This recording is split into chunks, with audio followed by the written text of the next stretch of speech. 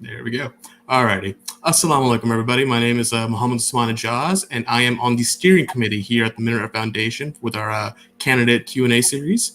Our focus here is to lift American Muslim voices for sustainable change through multi-faith and civic engagement. Today, as part of our candidate Q&A series, we are interviewing candidates running for office and to learn more about their stance on issues concerning not just the Muslim community, but the multi-faith community as well. Today, I would like to welcome Ms. Lacey Hull. How are you doing today? Good. How are you doing? Fantastic. Lacey is running for House District 138 in the northwest part of Harris County. Is that correct? Yes, that's right. Cool. All right. Well, let's just jump right into it. Could you give us a broad strokes of your platform, what you want to accomplish, and I guess your elevator pitch for what you're going to tell a voter? Yeah, I can tell you a little bit about myself. So I was born and raised in this district, grew up going to the schools here at Spring Branch ISD schools, and went to U of H, majored in political science and history. Yes. Oh, you did too. Awesome. I did. I got 2 degrees right there. Both in my undergrad, master's. Yeah. So. Awesome. Yeah, and so I'm a small business owner. I'm a mother. I have an 8-year-old son, and my family lived in San Diego for about 8 years when my husband was stationed in the Marines. He flew F-18s. And so I started to get involved there and as a volunteer activist, and then moved back here and I've been doing the same thing. And so part of why I'm running is because I witnessed what happened, families leaving places like California and coming to Texas, businesses coming to Texas. And so I want to keep Texas to where families and businesses can thrive. And part of the issues here, especially in this district, things that I really want to work on are flooding, huge issues here. And, the Army Corps of Engineers has released their kind of new proposals and plans for what they want to do. So that will have to be gone through and see what's needed and how the state can fund these projects. And a big part of the problem is, where is our money going? Are the projects actually being done properly and on time? And that's a big part of the problem that I've been hearing. So that's something I really want to work on.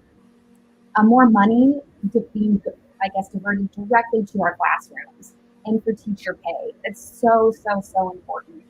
And that's something I really, really want to focus on. And I know last session they did do a lot on that, helping fund more for schools and to increase teacher pay, but we still have more work to do there. And the other issues, making it more resources for our law enforcement to battle and fight human trafficking. Incredibly important. Really want to work on that and making sure that our police are properly trained and funded to be able to keep our communities safe.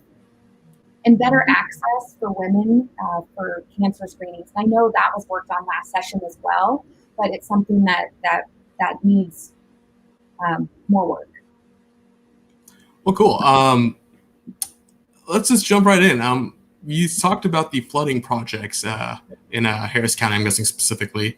Can you tell me more about those projects and what they're trying to accomplish with them? Well, I guess it depends on what part within this district, a lot of it needs to, like the dredging and of the bayous, and we talked about widening Addicks Reservoir, which is in this district. Even just as simple things as replacing storm drains in neighborhoods. So it's just a wide array of projects. Gotcha. I vaguely recall something about a third reservoir because I know we have the Barker Reservoir and the Addicks Reservoir. Do you know anything about the third one or when that could possibly be built, especially after considering what happened during Hurricane Harvey? Right. So I've heard about that, and I've heard mixed reviews on that. And some saying that it's kind of too little too late, and where they're wanting to put it, it's already been built up. And so where would it go? So I don't have a definitive answer on that. I would kind of divert to the experts on that to see, is it truly needed? And if it is, where else can it go if it can't go where it was originally planned? Gotcha. Well, one of my topics here is climate change, and we're talking about the flooding and all sorts of things happening in this area. increasing flood capacity to make sure homes do not go underwater. Since 2016, there have been numerous policy decisions that have put us on the wrong side of climate science, namely removing restrictions on high polluting industries, oversight, as a Houstonian, and as we are the hub of global oil and gas. Let's really be honest, we are the center in the world. Some recent calls for climate reform have been alarming. Asking for a ban on fossil fuels together, which would devastate our local economy. Truthfully speaking, if elected, what is one step you will take to move the state in the right direction as it relates to climate change while preserving our economy locally? Well, I think a big part of that, and when we talk about fossil fuels and the oil and gas industry, we have to remember how much our education system relies on oil and gas. It's a big, big part of it. So it's not something that we can just do away with. And obviously, that's a huge part of our economy, our jobs. Even in this district, we neighbor with the energy corridor, and so that's been very painful for people during COVID with layoffs because they live here but work in the energy corridor. And it would be wonderful, for Texas and for U.S. to just be energy independent. And so that could be, combining resources, however we do that. And, obviously we need to be careful with our world and what we have been given. And but it's also important to note we are leaps and bounds above other countries. And so we could do everything perfectly here, but that's not going to fix the world's problem when you have other countries that are heavily polluting. So, I am all for mixing resources, but we have to protect our oil and gas industry and those jobs and our education system. And yeah, it would be wonderful to be able for us to be energy independent. Cool. You mentioned that the oil and gas industry is extremely important for education, and that's one of my topics here. It is 50% more likely that a student arrested in high school will drop out before graduation. Many high school students are arrested due to misconduct, and these arrests are often referred to as part of the school-to-prison pipeline. Are there any concrete steps or policy positions you would want to take, or what you will commit to combat the school-to-prison pipeline? Yes. First of all, it does exist. The school-to-prison pipeline does exist. And we have to be very careful not to take any action based on children based on stereotypes. We know that the school-to-prison pipeline negatively affects more minorities and children in special education and children with disabilities. And it's a huge, huge problem. And I think one example, and I know that there was I can't remember if it was what session, maybe 2 sessions ago, where it's like, I think below 3rd grade, you can't do out of school suspension. Something along those lines. So that's a great step in the right direction. But you hear about children that are like 7 years old and getting arrested, and that is absolutely unacceptable. And we know that teachers sometimes can have their hands tied, and teachers should feel safe in their classrooms, and all students deserve to be safe at school. And the students that are troubled or struggling need to know that they're not alone and that people care. And the school and hopefully involving their parents, because that is huge. The parental involvement in that is huge. To make them more excited about school and more engagement. And I guess it's important to remember that childish behavior should be treated as such, and that doesn't always mean involving the police. That can take things way too far when it wasn't necessary.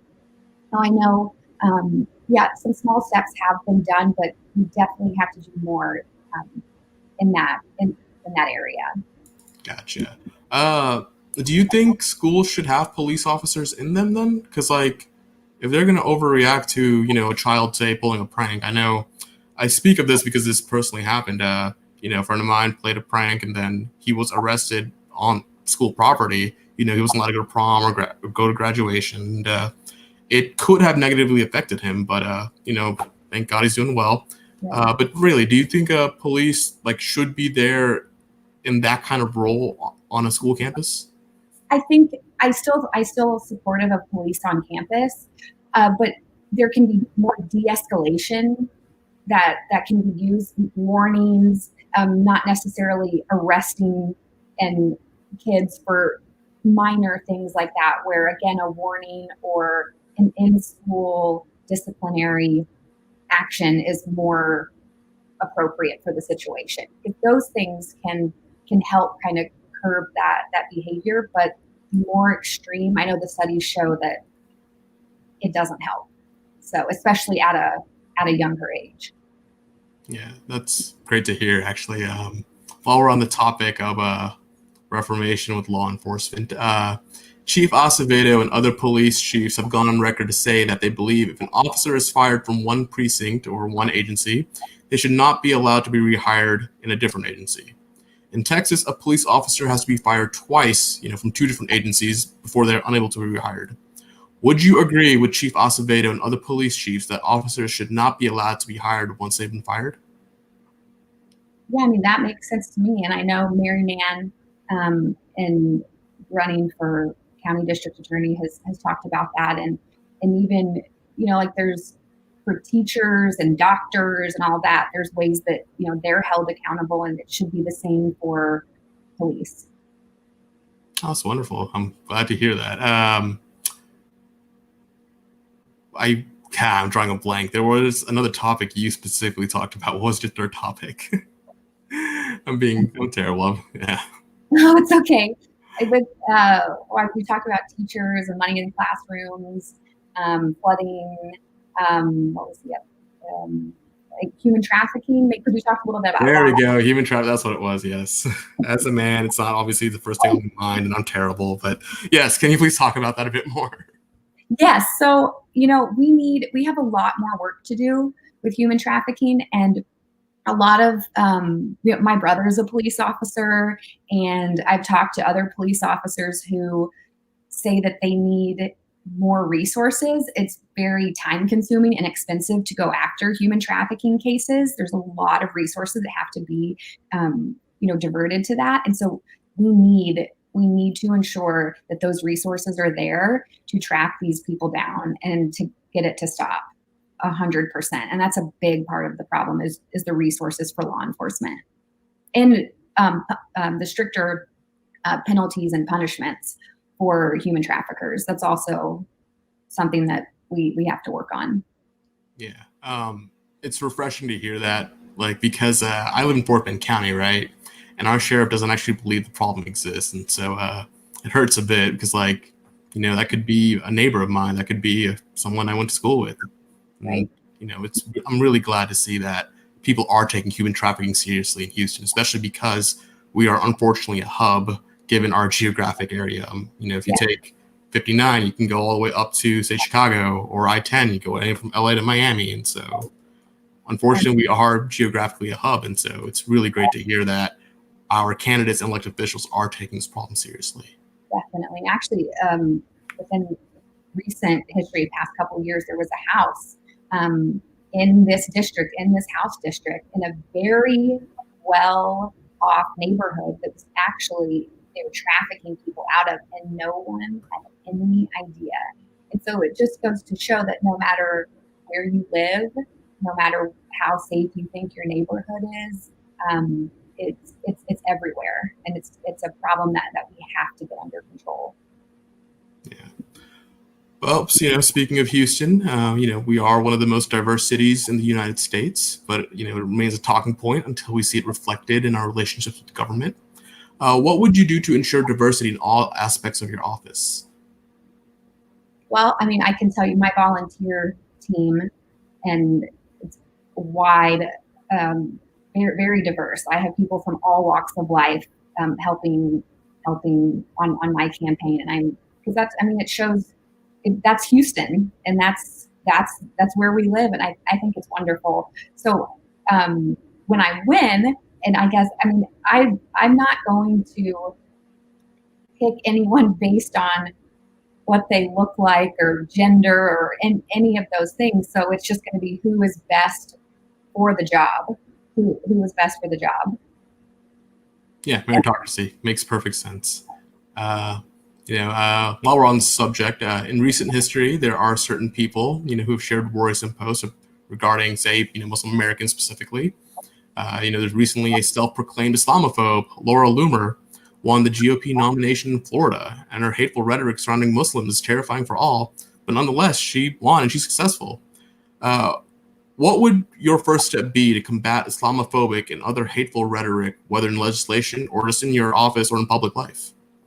I think a big part of that is having people know that what kind of is common, what we hear in the media, is not really what Islam is, and showing the truth there, and how Islam is founded on morality, what the Quran talks about, the teachings and compassion, equality, justice, mercy, all of those things, and really being an example and showing people what the truth is. And then it comes back to what our country was founded on, and our Constitution and our First Amendment rights, and just being respectful of everybody, no matter what their religious beliefs are.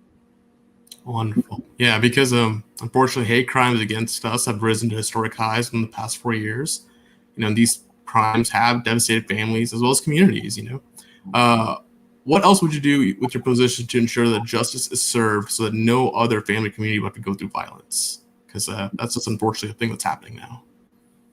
So that no other family would have to go through violence? Yeah, some people are being attacked for their faith and physically being harmed. What would you do to combat that? I think more of just it really is a community, and the media and all of that. You can't really legislate kindness and compassion.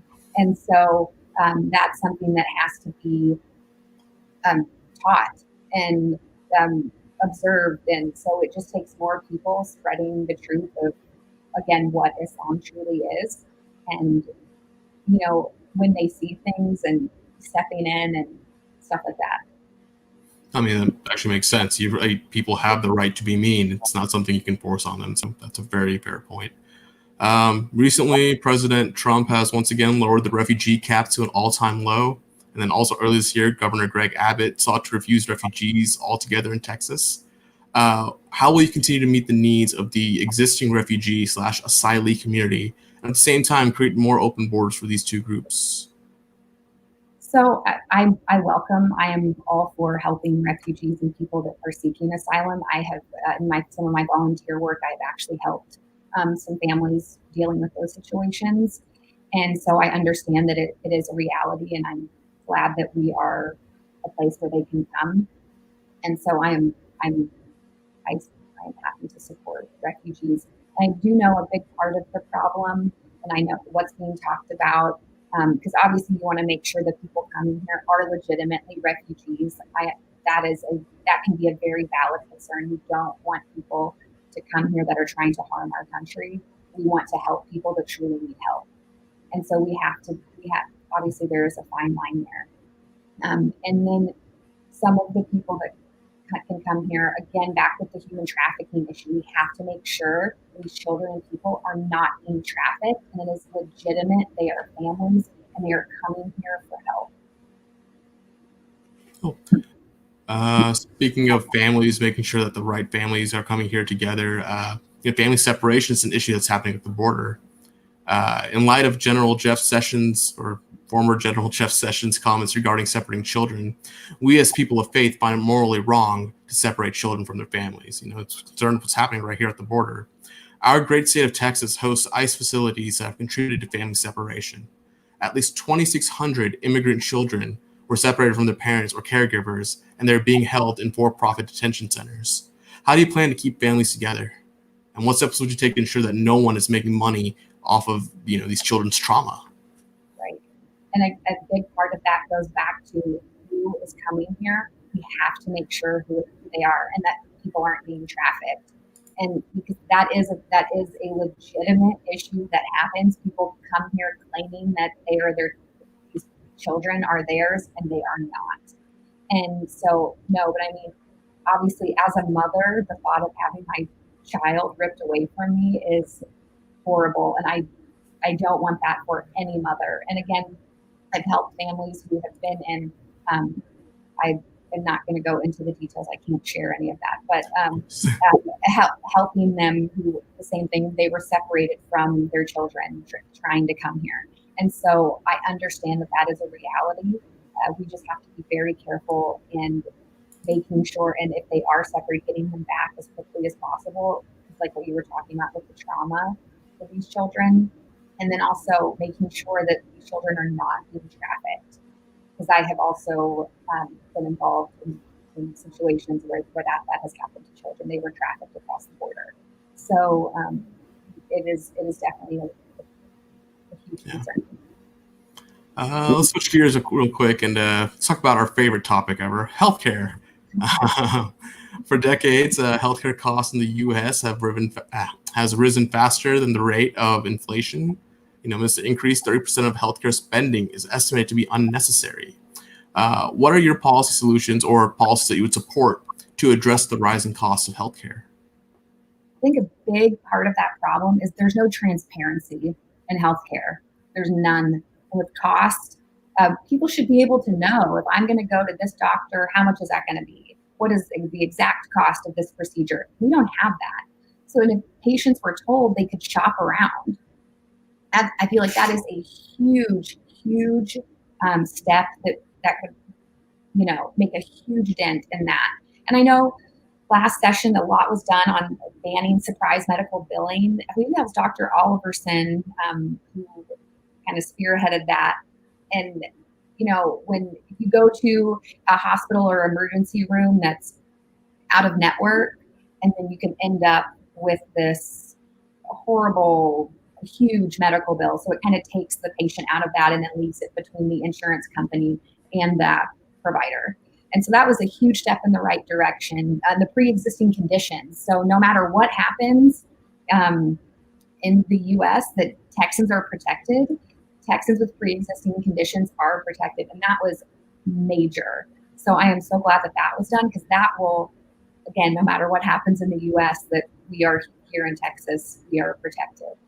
And I think a big part, I know people talk about Medicaid and Medicaid expansions, but a big part of that is it's important to remember that access to health insurance does not equal access to health care. And that is a huge part of the problem. And less than half of Texas physicians accept new Medicaid patients. So we can't just go and expand Medicaid, because we'll be crowding out those people for whom the program was intended in the first place. So Medicaid needs to be reformed and improved, not expanded. So, like example, federal dollars should be returned to the states in block grants, so our leaders can come up with creative ways to ensure that people have access to healthcare. That's incredible, because my next two questions were going to be about pre-existing conditions, and you covered that. And my third question would have been about Medicare, Medicaid, and the cuts to that. And I'm glad you mentioned that this federal government should return money to the states, because I believe we are leaving $5.4 billion on the table right now. That's just being paid from Texans taxpayers' money to the federal government, but that money's not coming back to us because we haven't expanded Medicaid. So I'm very glad you brought that up. Well, geez, you just took all the wind out of my sails here. Well, tell me about the pictures in the back, right there behind. Oh, my son's pictures, yes. Let's see. Oh, this is, let's see, on a boat, our family on a boat. He wrote his name and our family here. This is Halloween, sky and a pumpkin. Oh, I don't know what that is. I'm not quite sure what that one is, but. And your son painted those, right? Yes, he drew them. Yes. Okay, cool. Yeah, no, it's just, that's really, it's cute. That's the word for it. I like it. Okay, here we are. A couple of questions that I have left for you. Can you tell me one thing you value about your opponent? She seems to be a very hard worker, and I think it's wonderful to see more women getting involved and working hard for what they're passionate about. If it makes you feel any better, she said something very similar about you. She does respect you. Then she's really happy that more women are running. So I'm so glad y'all have that. That's great. A little bit more about your faith. How does your faith or spirituality or worldview drive your decision-making process? I am a Christian, and I, praying before especially making big decisions like running for office. We prayed and prayed and decided this is where we felt like God was calling me to be. So, and I feel like any person of faith, obviously, it does shape your worldview, and any person of faith knows that the earthly decisions have, divine consequences, and very conscious of that fact. And I think just praying and uh, being, I guess, kind and, to others, and just really, just really praying and really thinking about where we need to go and what's God's will. Cool. Yeah, I'm very similar, actually, so I absolutely respect that. Before we end, do you have any final things you want to talk about? Any issues I may have missed that are important to you or that you may have not talked about yet? I don't think so. I can't think of anything else. I feel like we covered a lot. My website, if people want more information or to contact me, if you have a question, you can go to my website, laceyhull.com. It's LACEYHULL.com. Yeah. And in case that wasn't clear for everybody, it's LACEYHULL.com. I got that correct, right? Because I had to echo, that's why I want to make sure. Cool. Okay. Well, alrighty then. In conclusion, my name is Muhammad Usman Ajaz, and I'm part of the steering committee here at the Minaret Foundation. Our focus here is to lift American Muslim voices through sustainable change through multi-faith and civic engagement. Today, we were joined by Ms. Lacey Hull. She is running for House District 138. Thank you so much for being generous with your time and coming out and talking with us. It really means a lot that you're engaging all these communities. Personally, I always believe if candidates not willing to engage with you or anyone else, they don't deserve to be in office. So I highly respect that you're here right now talking with us. Thank you so much, and God bless, and have a great day. Thank you. Thank you for your time. I'm really grateful. Thank you. Yeah. Take care now, okay? You too. Bye-bye. Bye-bye.